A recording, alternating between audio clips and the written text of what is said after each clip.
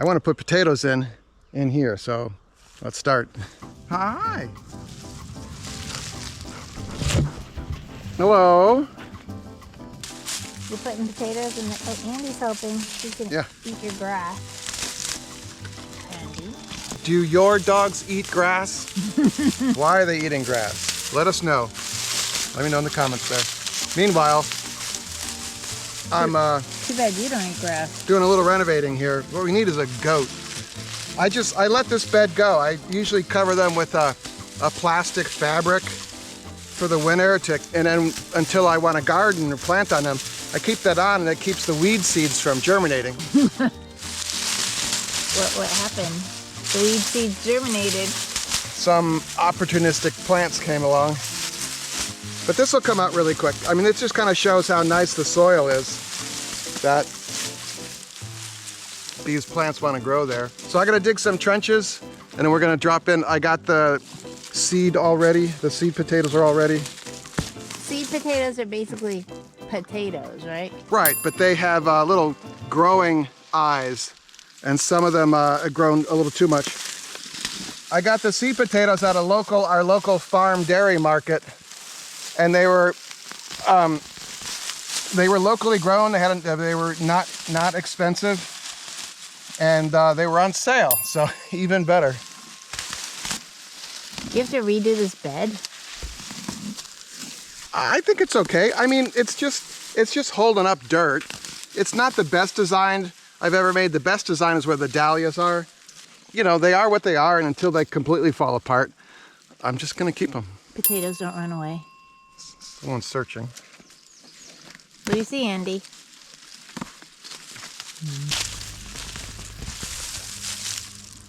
All right. I think this is the last of it. That's a mess. This soil is really nice. It's a combination of compost soil, regular garden soil, and wood chips and leaves.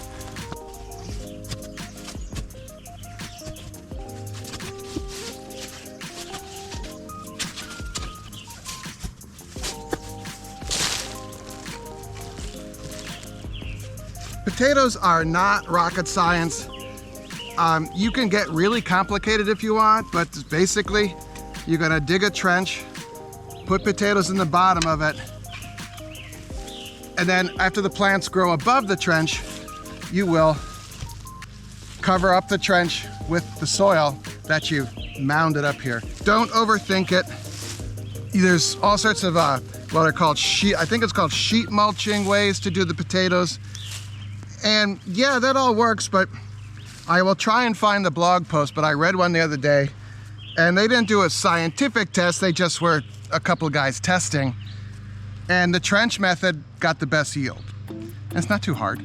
I mean, if your soil's great like this, I mean, you're just digging down into this. Nice stuff. I think I'm spacing about an inch, not an inch, 12 inches, like a foot between rows. And then I just mound it up. I mean, if you want, you can make those rows bigger, you know, wider, farther apart, whatever the word is I'm trying to think of there.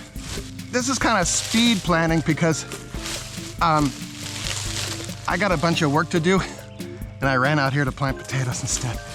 And yeah, you can buy potatoes relatively inexpensively, but this was a bed I didn't really have a plan for, and it was just kind of one of those, hey, let's try this and see what happens moments, where I was at the farm garden nursery store and they had these seed potatoes and I'm like, oh, I'll put those in. Pulling a potato out of the ground, we have some videos about that very thing happening, is a fun experience, especially for like your kids, you know, or your Labradors.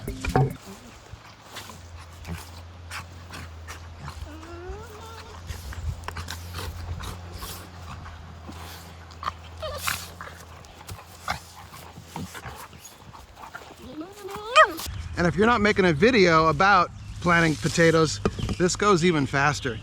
You know, you can use potatoes that you got from the grocery store. These ones I'm putting in are from a farmer, a local farmer. It's probably about 50 miles away. And they did not get them certified or anything. They were just like, here's some seed potatoes to sell. So that's where we're going.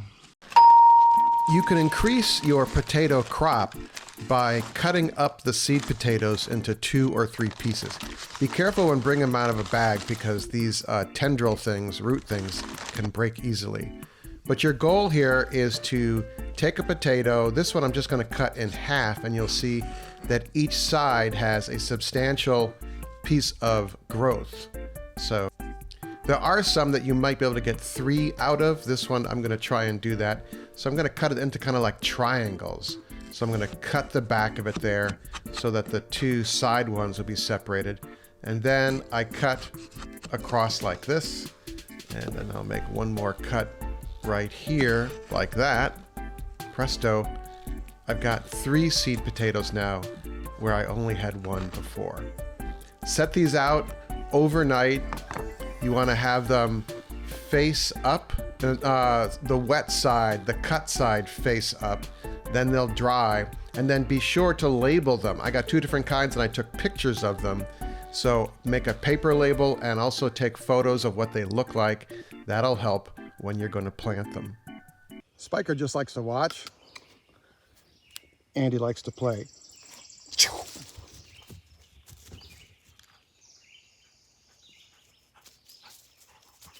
You big goof. Okay, don't lose that. So I take these, and whatever is sticking up, that's how I plant it. What I'll do is, this is still a little loose, so I want to go down a little more to the hard pan usually. The soil where it gets kind of hard, in other words, and then I bring some soil around it and just press that in. What I like to do ideally is the flat side goes down. It just makes it easier to plant, but like these are all sticking up that way. So I'm gonna lay this, go like that, so it makes it a little easier for them to go up, you know?